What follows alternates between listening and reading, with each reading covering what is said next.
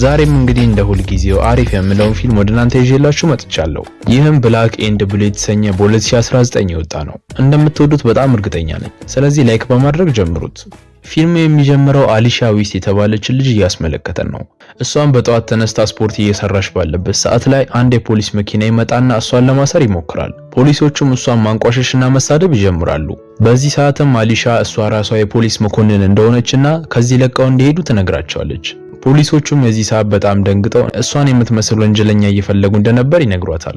እሷም ከነሱ ጋር ከተለያየሽ በኋላ ወደ እናቷ መቃብር ሄዳ የተወሰነ ጊዜ ማሳለፍ ትጀምራለች። በመቀጠልም ትዕይንታችን አሊሻ በነጋታው ወደ ስራ ቦታ ስትገባ ያስመለክተናል። እሷም ባልደረባዋ ለሆነው ጄኒንግ ወደ ስራ በመመለሷ ሁሉም ሰው ደስተኛ እንዳልሆነ ተነግሯለች። ነገር ግን እሱ ይሄ ሊያሳስባት እንደማይገባና ስራዋ ላይ ብቻ ትኩረት እንድታደርግ ይነግራታል። በቀጣይም ሁለቱም ከተማውን እየዞሩ እየተመለከቱ ባለበት ሰዓት ላይ ከመንገዱ ጎን ያሉ ቤቶች እንዳለ ፈራርሰው ይመለከታሉ።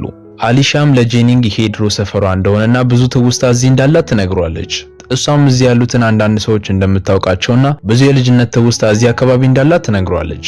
በሱ ግን ይሄ ከተማ አሁን ላይ በጣም ትላልቅ ጋንግስተሮች የሚኖሩበትና በጣም አስቸጋሪ እንደሆነ ይነግራታል። እንዲሁም ፖሊሶች አደጋ ካልደረሰባቸው እንጂ ከዚህ አካባቢ የሚመጣ ማንኛውንም ጥሪ እንደማይቀበሉ ይነግራታል። ምክንያቱም ደግሞ ይሄ ጋንግስተሮች ከተማ ስለሆነ ነበረ። እነሱም ትንሽ ከተጓዙ በኋላ ጄኒንግ ወደ አንድ ሱፐርማርኬት ቡና ላምጣ ብሎ ይገባል። አሊሻም ከመኪናዋ ከወጣች በኋላ ፊት ለፊቷ ላይ ጀማል የተባለ ልጅ ታገኛለች። እሷም ጀማልን እያዋራችው ባለበት ሰዓት ላይ እናቱ ሚሲ ወደ እሷ ትመጣና ከዚህ ሴትዮ እንዲርቅና አጠገቧ እንዳይደርስ ትነግሯለች። ወደ አሊሻ መታ ዳግመኛ ልጇ አጠገብ እንዳትደርስ ትነግራታለች። አሊሻ እዚች ጋር በጣም ግራ ገብቷታል። ምክንያቱም ምንም ባላጠፋችው ህፃኑ ልጅ ብቻ ስላዋራችው እናቷ መታ በጣም እየተቆጣቻት ነው። ከዚህ በተጨማሪ ደግሞ አሊሻ አንድ ነገር አስታውሳለች። ይህም ሚሲን እዚህ አካባቢ ከልጅነቷ ጀምሮ እንደምታውቃት ነበረ። ነገር ግን ሚሲ ያስታወሰቻት አትመስልም። በዚህ ሰዓትም የሱፐርማርኬቱ ባለቤት የሆነው ማውዝ ወደ እነሱ ይመጣና እዚህ ጋር ምንም አይነት ችግር እንደማይፈልግና ከዚህ ቦታ ለቀው እንዲሄዱ ይነግራቸዋል። ሚሲም እዚች ጋር ምንም ችግር መፍጠር ስላልፈለገች ቡድኖቿን አስከትላ አካባቢውን ለቃ ትሄዳለች። እነሱም ከሄዱ በኋላ አሊሻ ወደ ጄኒንግ በመምጣት ስለ ሚሲ ትጠይቀዋለች። እሱም ሚሲ በጣም አደገኛ ሰው እንደሆነችና ከሷ ራሷን መጠበቅ እንዳለባት ይነግራታል። አሊሻም ነገሮችን መመርመር በጣም ስለምትወድ ድጋሚ ወደ ማውዝ በመሄድ ስለ ሚሲ ትጠይቀዋለች። ነገር ግን ማውዝም ቢሆን ተመሳሳይ መልስ ነበር ይመለሰላት። እሱም ሚሲ ችግሮችን መፍጠር እንደሚያስደስታትና ከሷ ራሷን መጠበቅ እንዳለባት ነበረ። አሊሻም ይህንን ከሰማሽ በኋላ ጄኒንግ ለወሰደው ቡና እሷ ከፍላ ትወጣለች። እነሱም ወደ ጣቢያ ከተመለሱ በኋላ ጄኒንግ ቅድም ለከፈለችው ቡና ያመሰግናታል። እንዲሁም ማታ ላይ ቀጠሮ ስላለው አንዳንድ ነገሮችን ያማከራታል። ነገር ግን ምክክራቸውን ሳይጨርሱ ሳርጅ የተባለ መኮንን ወደ እነሱ ይመጣና ለጄኒንግ የዛሬ ማታውን ፈረቃ እሱ መስራት እንዳለበት ይነግረዋል። አሊሻም እዚህ ሰዓት የጄኒንግን ፈረቃ እንደምትገባ ለመኮንኑ ታሳውቀዋለች። ጄኒንግም ቀጠሮውን እንዲሄድ እሷ ፈረቃውን ስለወሰደችለት እሷን ያመሰግናታል። አሊሻም ዲክ ብራውን ከተባለ ፖሊስ ጋር የማታውን ፈረቃ ለመውጣት እየተዘጋጀችበት ባለበት ሰዓት ላይ ብራውን በሷ መምጣት ምንም ደስ እንዳላለው እንመለከታለን። ምክንያቱም ደግሞ አሊሻ ከዚህ በፊት እንደዚህ አይነት ፈረቃዎችን ሰርታ ስለማታውቅ ነበረ። አሊሻንም ከዚህ በፊት የምሽት ፈረቃ ሰርተሽ ታውቂያለሽ ወይ ብሎ ይጠይቃታል። እሷም ምንም አይነት የምሽት ፈረቃ ሰርታ እንደማታውቅና ነገር ግን ምንም እንደማይከብዳትና በስኬት እንደምትወጣ ትነግራቸዋለች። በመቀጠልም ሁለቱም ልብሳቸውንና ካሜራቸውን አስተካክለው ወደ ምሽት ይወጣሉ። በመንገዳቸውም ላይ የሆነ መጠጥ ቤት በጣም ትልቅ ረብሻ እንደተነሳ ይመለከታሉ። እነሱም ቼክ ለማድረግ ወደዛ በፍጥነት በመሄድ የሚደባደቡትን ሰዎች ማገላገል ይጀምራሉ። አሊሻም አንዱን ተደባዳቢ እንደምንም ይዛ ለማረጋጋት እየሞከረች ባለበት ሰዓት ላይ ሌላ ሰው ከኋላ ሽጉጥ ይዞ እሷ ላይ ለመተኮስ ይመጣል። ነገር ግን ብራውን ቀድሞ ተመልክቶ ስለነበረ እሱን በፍጥነት በመያዝ የያዘውን ሽጉጥ ለመቀበል መፈተሽ ይጀምራል። አሊሻም ያኛውን ሰውዬ አረጋግታ ወደ ብራውን በምትመለስበት ሰዓት ላይ ቅድም ሊተኩስባት የነበረውን ሰውዬ በጣም እያሰቃየው ነበረ። እሷም ምንም ያላጠፋ ሰው እንዴት እንደዚህ ታሰቃያለ በማለት እንዲለቀው ትነግረዋለች። እሱም እየፈተሸ ሽጉጡን በሚያገኝበት ሰዓት ላይ አሊሻ አፏን ትዘጋለች። እነሱም መጠጥ ቤት ውስጥ የተፈጠረውን ችግር ከፈቱ በኋላ እራታቸውን እየበሉ ባለበት ሰዓት ላይ አሊሻ ለብራውን ቅድም ህይወቷን ስላተረፈላት በጣም እንደምታመሰግነውና እንዲሁም ባላየችው ላይ ስለፈረደች ይቅርታ ትጠይቀዋለች። እሱም ሁልጊዜ የእሷን ህይወት እንደማይጠብቅላትና ራሷ ለራሷ መቆም እንዳለባት ይነግራታል። እነሱም እያወሩ ባለበት ሰዓት ላይ ብራውን አንድ ስልክ ይደወልለትና ማናገር ይጀምራል። ስልኩንም ከጨረሰ በኋላ ለአሊሻ ነገ ጠዋት ላይ ሌላ ስራ እንደሚጠብቃቸው ይነግራታል። አሊሻ እዚች ጋር በጣም ግራ ተጋብታለች። ምክንያቱም ማንኛውም የፖሊስም ሆነ የጥቆማ ጥሪ ሊመጣ የሚችለው በሬዲዮ እንጂ በግል ስልካቸው አልነበረም። ጠዋት ላይም የሆነ ቦታ ከደረሱ በኋላ ብራውን ወደ ውስጥ እንደሚገባና ተመልሶ እስከሚወጣ ድረስ ከዚህ እንዳትወጣ ይነግራታል። አሊሻም ለምን ብቻውን እንደሚሄድ በምትጠይቀው ሰዓት ላይ በህዝቡ መሃል ተቀምጠው የወንጀል ድርጊቶችን የሚከታተሉልን ሰላዮች አሉ፣ ስለዚህ እነሱን ላናገር ነው የሚሄደው፣ እነሱ ደግሞ ብቻዬን እንድመጣ ነው የነገሩኝ ብሎ ይነግራታል። አሊሻም ይህንን በምትሰማበት ሰዓት ላይ ተስማምታ መኪና ውስጥ ለመቆየት ትወስናለች። እሷም መኪና ውስጥ ባለችበት ሰዓት ላይ ከፊት ለፊቷ የቆመው መኪና አንድ ሌባ ለመዝረፍ ሲሞክር ትመለከታለች። በዚህ ሰዓትም በፍጥነት ወጥታ ሌባውን ለመያዝ በምትሞክርበት ሰዓት ላይ ከዚህ ብዙ ርቃ መሄድ ስለማትችል ሌባው ያመልጣታል። እሷም ቦታው ላይ ባለችበት ሰዓት ላይ ቅድም ብራውን ከገባበት ህንፃ የተኩስ ድምጽ ትሰማለች። የዚህ ሰዓትም በጣም በመደናገጥ ምን እንደተፈጠረ ለማወቅ ወደ ህንፃው በፍጥነት ትገባለች። እሷም ወደ ውስጥ ገብታ በምትመለከትበት ሰዓት ላይ ብራውን፣ ማሎንና ስሚቲ ከተባሉ ከሁለት መርማሪዎች ጋር ቆሞ ትመለከቷለች። እነሱም ቆሞ ከአንድ እጽ አዘዋዋሪ ጋር እያወሩ ስለነበረ ተኩሶ ይገሉታል። ብራውንም አሊሻ እየተመለከተቻቸው እንደነበር በሚመለከትበት ሰዓት ላይ በጣም ይደናገጣል። እሱም አንቺ እንደምታስቢው አይደለም በማለት ነገሮችን ለማስረዳት ወደ እሷ በሚጠጋበት ሰዓት ላይ ስሚቲ ተኩስባትና ወደ ታች ትወድቃለች። ነገር ግን አሊሻ እድለኛ ነች፣ ምክንያቱም ከታች የተደረደሩ ካርቶኖች ስለነበሩ መውደቋ ብዙም አልጎዳትም ነበር። ማሎንም የአሊሻን አለመሞት ሲመለከት በጣም ተናዷል፣ ምክንያቱም አሊሻ ከመግባቷ በፊት ካሜራውን ኦን አድርገው ስለነበረ ያደረጉትን በሙሉ በካሜራዋ ይዛ ነበረ። በዚህ ሰዓትም ወደ ስሚት በመሄድ አሊሻን ፈልጎ እንዲገላት ይነግረዋል። ቀጥሎም ወደ ብራውን በመሄድ እንደዚህ አይነት አዲስ ሰው እንዴት ወደዚህ ስራ ይዘህ ትመጣለህ በማለት እሱ ላይ መጮህ ይጀምራል። ስሚትም አሊሻ ወደቀችበትን በሚመለከትበት ሰዓት ላይ አሊሻ እንደሌለች ይገነዘባል። እኛም አሊሻን በምንመለከታት ሰዓት ላይ ከወደቀችበት ተነስታ መውጫ መንገዶችን እየፈለገች ነበረ። በዚህም ወደ ጣቢያ ደውላ ተጨማሪ ኃይል እንደምትፈልግ ትነግራቸዋለች። ነገር ግን ማሎን እየሰማት ስለነበረ ለጣቢያ በመደወል ሁሉንም ነገር እንደተቆጣጠሩትና ምንም ኃይል እንደማያስፈልጋቸው ይነግራቸዋል። እሷም መውጫ መንገዶችን እየፈለገች ባለበት ሰዓት ላይ ማሎን ይመለከታትና ወደ እሷ ይተኩሳል። እነ ብራውንም የተኩሱን ድምጽ ሲሰሙ ተኩሱን ወደ ሰሙበት ቦታ መሮጥ ይጀምራሉ።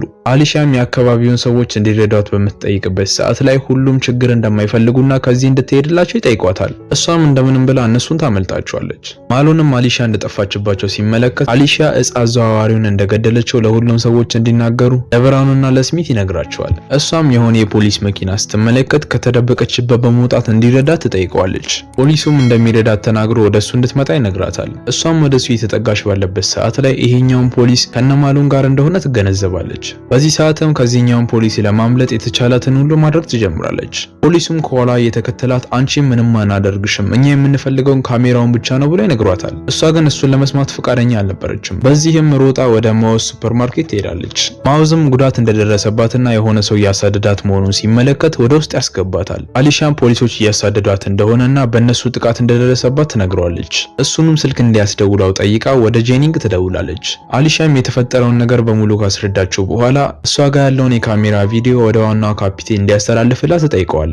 እሱም ካፒቴኗን በ30 ደቂቃ ውስጥ እንደሚያገኛት ይነግራታል። በዚህ ሰዓትም ቅድም አሊሻን ሲያባራት የነበረው ፖሊስ ወደ እነሱ ጋር ይመጣል። እሷም እዚህ እንዴት እንደመጣ ግራ እየተጋባች ባለበት ሰዓት ላይ ማውዝ ራሱ እንደጠራው ይነግራታል። እሱም ይህንን ስላደረገ በጣም ይቅርታ እየጠየቃት ለፖሊሶቹ በሩን ይከፍትላቸዋል። እነሱም ከገቡ በኋላ ማውዝን ያስሩትና አይዲውን ተቀብለው ምንም አይነት የወንጀል ሪካርድ እንደሌለበት ያረጋግጣሉ።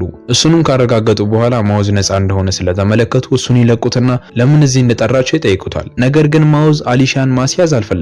ስለዚህ የሆነ ችግር ተፈጥሮ እንደነበርና አሁን ግን ችግሩ ስለተፈታ መሄድ እንደሚችሉ ይነግራቸዋል። ፖሊሶቹም ከሄዱ በኋላ ወደ አሊሻ በሚሄድበት ሰዓት ላይ በማጣበቂያ ቁስሏን እያጣበቀች ነበረ። ለሱም ስላደረገላት በጎ ተግባር በጣም እንደምታመሰግነው ተነግረዋለች። እሷም ቁስሏን ካከመች በኋላ ጄኒንግ ወደ ቦታው ይደርስና ወደሱ ጋር ትገባለች። በመንገዳቸውም ላይ የተፈጠረውን ነገር እያስረዳች ባለበት ሰዓት ላይ ማናችንም ባልጠበቅነው ሁኔታ ጄኒንግም ከነሱ ጋር እንደሆነ ትመለከታለች። እሱንም ሸጉጥ ደቅናበት መኪናውን እንዲያቆም ካደረገችው በኋላ በካቴና ከመሪው ጋር አስራው ትሄዳለች። በመቀጠልም አሊሻ በዚህ ሰዓት ማንም እንደሌላት ስለተገነዘበች ወደ ማውዝ ቤት ትሄዳለች። እሱ ጋርም በመሄድ ማንም ስለሌላት ለዛሬ ብቻ እንዲያሳድራት ትጠይቀዋለች። እሱም ጉዳዩ ትልቅ ትኩረት የሚፈልግ እንደሆነ ስለተገነዘበ እንድትቆይ ይፈቅድላታል። ይህ በእንዲህ እንዳለ ወደ እነማሎን በምንመለስበት ሰዓት ላይ ለዋናዋ ካፒቴን አሊሻ የእጽ አዘዋዋሪውን እንደገደለች ይነግሯታል። እዚች ጋር ግን አንድ በጣም ትልቅ ችግር ይፈጠራል። ይህም ደግሞ የተገደለው እጽ አዘዋዋሪ በከተማቸው ውስጥ በጣም ከሚፈሩ ጋንግስተሮች መሃል አንደኛው ዳሪየስ የተባለ የወንድሙ ልጅ ነበረ። ዳሪየስም የወንድሙ ልጅ መገደሉን ሲሰማ በጣም ተናዷል። በዚህም ለሰዎቹ በሙሉ እሷን ፈልገው እንዲገሉለት ይነግራቸዋል። በሌላኛው ትዕይንት ደግሞ እነ ጄኒንግን እንመለከታቸዋለን። ጄኒንግም ለነማሎን አሊሻ የሆነ ሱፐርማርኬት ውስጥ እርዳታ እንዳገኘች ይነግራቸዋል። እነሱም ወደዛ ሱፐርማርኬት በመሄድ የተወሰኑ የጥበቃ ካሜራዎች የቀረጿቸውን ቪዲዮ መመልከት ይጀምራሉ። በቪዲዮውም ላይ አሊሻ እዚህ ሱፐርማርኬት ውስጥ እርዳታ እንዳገኘች አረጋግጠዋል። ዳሪየስም ይህንን ሲሰማ ሁለቱንም ገሎ ላመጣልኝ ሰው ዳጎስ ያለ ገንዘብ ሰጣለሁ ብሎ ይናገራል። በሌላኛው ትዕይንት ደግሞ ቅድም የተመለከትነው ጀማል ዳሪየስ የተናገረውን ንግግር ሰምቶ ስለነበረ አሊሻን ቤት ውስጥ ሲያገኛት ባገኘው ሽጉጥ እሷን ለመግደል ይዘጋጃል። በዚህ ሰዓት ግን ማውዝ በአካባቢው ላይ ደርስና በፍጥነት ሽጉጡን ከእጁ ይቀማዋል። ጀማልም ፖስት የተደረገውን እሷን ገድሎ ላመጣልኝ ሰው ዳጎስ ያለ ገንዘብ ሰጣለሁ የሚለውን ያሳየዋል። አሊሻም ይህንን ስትመለከት በጣም ተደናግጣለች። ምክንያቱም በማታውቀው ወንጀል ተከሳ በከተማ ውስጥ አሉ ከሚባሉ ጋንግስተሮች መሃል አንደኛው ሊገላት እየፈለጋት ነው። ይህ በእንዲህ እንዳለ እነዛ በሙስና አይናቸው የታወረ ፖሊሶችና የዳሪየስ ጠባቂዎች የማውዝን ቤት ከበውታል። አሊሻም ከቤቱ ለመውጣት በምትሞክርበት ሰዓት ላይ በአካባቢው ላይ የነበሩ የዳሪየስ ሰዎች እነሱ ላይ መተኮስ ይጀምራሉ። በዚህ ሰዓትም እሷን ከገኟት ስለሚገሏት እሷ እንድትሄድና እሱ እንደሚያቆያቸው ይነግራታል። እሷም ምንም አማራጭ ስላልነበራት ማውዝን እዛው ትታ መሮጥ ትጀምራለች።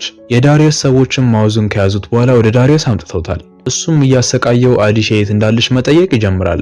ነገር ግን ማውዝ ምንም ቢሰቃይም እንኳን አሊሻ ጥፋተኛ እንዳልሆነች ለነሱ ከመናገር ውጪ ሌላ ምንም አልነገራቸውም። በሌላኛው ትዕይንታችን ደግሞ አሊሻ ራሷን ሪከርድ በማድረግ ቅድም ላይ የተፈጠሩት ነገሮችን በሙሉ ማስረዳት ትጀምራለች። ሁሉንም ነገር ሪከርድ አድርጋ ከጨረሰች በኋላ ካሜራውን በሚገባ ትደብቀዋለች። ይህንንም ካደረገች በኋላ ወደ ዳሪየስ በመሄድ እውነቱን ለመናገር ትወስናለች። ነገር ግን እሱ ምንም ሊያዳምጣት ፈቃደኛ አይደለም። ይልቁንስ እንደ ሴት እንኳን ሳይቆጥራት በጣም እያጋጨ ሲያንገላታት እንመለከታለን። እሱም መጨረሻ ላይ ሊገላት ሲል እሷ እንደምንም ብላ ሁሉንም ነገር በቪዲዮ እንዳስቀመጠችና እውነቱን ካየ በኋላ የፈለገው እንዲወስን ትነግረዋለች። እሱም አንድ እድል ሰጥሻለሁ፣ ነገር ግን እያጭበረበርሽኝ ከሆነ አንገትሽን ቆርጬ ለአሞሮች ነው የምሰጠው ብሎ ይዘትባታል። በቀጣይም ከዳሪየስ ሰዎች አንደኛው ሀከር ስለነበረ የአሊሻን ካሜራ መረጃዎች ለመጥረፍ ይሞክራል። ሀከሩም ከብዙ ልፋት በኋላ ቪዲዮን ያገኘዋል። ቪዲዮንም ለዳሪየስ በሚያሳይበት ሰዓት ላይ ዳሪየስ በፖሊሶቹ እንደተታለለ ስለገባው በጣም ይናደዳል። እሱም አሊሻና ማውዝ ምንም አይነት ጥፋት እንደሌለባቸው ስለገባው ሁለቱንም ይለቃቸዋል። በዚህ ሰዓት ግን ፖሊሶች አካባቢው ላይ ደርሰው ስለነበረ በዳሪየስ ሰዎችና በፖሊሶቹ መሃል በጣም ትልቅ ተኩስ ይፈጠራል። ፖሊሶቹም እየተኮሱ ወደ ውስጥ ከገቡ በኋላ ማሎን ዳሪየስን ፊት ለፊት ያገኘዋል። በዚህ ሰዓት ግን ማናችንም ባልጠበቅነው ሁኔታ ማሎን ራሱ ዳሪየስን ይገለዋል እና አሊሻም እያመለጡ ባለበት ሰዓት ላይ አንደኛው ፖሊስ ከዚህ በፊት ቂም ስለነበረበት አጋጣሚውን በመጠቀም ብራውንን እዛው ተኩሶ ይገለዋል። ወይ ጉድ! በስተመጨረሻም ስሚት አሊሻን ያገኛትና እሷን ለመግደል ከሷ ጋር መደባደብ ይጀምራሉ። ነገር ግን አሊሻ እንደምንም በመታገል ሳትፈልግም ቢሆን ስሚትን እዛው ትገለዋለች። ነገር ግን እዚች ጋር የቀሩት አሊሻና ማውዝ ብቻ ናቸው። በነዛ በኩል ደግሞ እንዳለ የአንድ ጣቢያ ፖሊስ በሙሉ እነሱን ለመግደል እየመጣ ነው። ስለዚህ ማውዝ ለአሊሻ በህይወት የምትወጣበት ምንም አይነት መንገድ እንደሌለ ይነግራታል። ስለዚህ እዚች ጋር ያላት ምርጫ አንድ ነው። ይህም ካሜራውን ለሱ ሰጥታ እሱ እንደምንም እንዲያመልጥ መርዳት ነበረ። ስለዚህ እሷም ቪዲዮ ለዋናዋ ካፒቴን እንዲደርስ ነግራው እሱ እንዲሸሽ ትረዳዋለች። በዚህ ሰዓት ግን ጄኒንግ ይመለከተዋል። እኛም እዚች ጋር ጄኒንግ ተኩሶ ይገለዋል ብለን ስንጠብቅ በጣም በሚያስገርም ሁኔታ እንዲሄድ ይፈቅድለታል። ጄኒንግ ልቡ ትንሽ እየራራ ነው ማለት ነው። ይሁን እስኪ ወደ አሊሻን በምንመለስበት ሰዓት ላይ ማሎን አሊሻን አግኝቷት ከሱ ጋር እየተደባደቡ ነበረ። ሁለቱም እየተደባደቡ ባሉበት ሰዓት ላይ ሳያስቡት በመስኮት ዘለው መኪና ላይ ይወድቃሉ። በዚህ ሰዓትም ማናችንም ባልጠበቅነው ሁኔታ ቅድም ላይ የተመለከትናት የጀማል እናት ሚሲን እንመለከታታለን። እሷም መሬት ላይ የወደቀውን ሽጉጥ አንስታ ለአሊሻ በመስጠት አሊሻ ትረዳታለች። አሊሻም ማሎን ላይ ለመተኮስ በምታቀባበልበት ሰዓት ላይ ፎቁ ላይ የነበሩ ስናይፐር ተኳሾች ወደ እሷ ማለም ይጀምራሉ። ለሷም ሽጉጡን ጥላ እጅ ማሰጥ ከሆነ እዛው ተኩሶ እንደሚገላት ይነግሯታል። በሌላኛው ትዕይንታችን ደግሞ ማውዝን እንመለከተዋለን። እሱም በተሳካ ሁኔታ ካመለጠ በኋላ ቪዲዮውን ለዋናዋ ካፒቴን ለማድረስ የተቻለውን ሁሉ እያደረገ ነው። እሱም ይሳካለትና ቪዲዮ ለዋናዋ ካፒቴን ይደርሳታል። ካፒቴኗም ቪዲዮውን ከተመለከተች በኋላ ለሁሉም ፖሊሶች አሊሻ ላይ ምንም አይነት እርምጃ እንዳይወሰድ ይነገራቸዋል። አሊሻም ወታደሮቹ ኢላማቸውን እንዳነሱላት ስትመለከት በፍጥነት ማሎንን መታው ከሱ እጅ ታመልጣለች። ጄኒንግም የዚህ ሰዓት ፈጠን በማለት ማሎን ላይ ተኩስበታል። በስተመጨረሻም ሁሉም ሙሰኞች እንዳለ በካፒቴኗ ትዕዛዝ ወደ እስር ቤት ይገባሉ። አሊሻ ያደረገችው ተግባር ፖሊሶቹን ብቻ ሳይሆን እኛን አስደንቆናል። ለማንኛውም ወሬ ያላብዛባችሁ ፊልሙ እዚህ ጋር ያበቃል። እንደወደዳችሁት በጣም እርግጠኛ ነኝ። ስለዚህ በቀጣይም እንደዚህ አሪፍ ፊልሞችን ቶሎ እንድንለቅላችሁ ሰብስክራይብ እና ላይክ በማድረግ እኛም ማበረታታችሁን አትርሱ። በቀጣይ አሪፍ ፊልም እስከምንገናኝ ድረስ ሰላም ቆዩልኝ።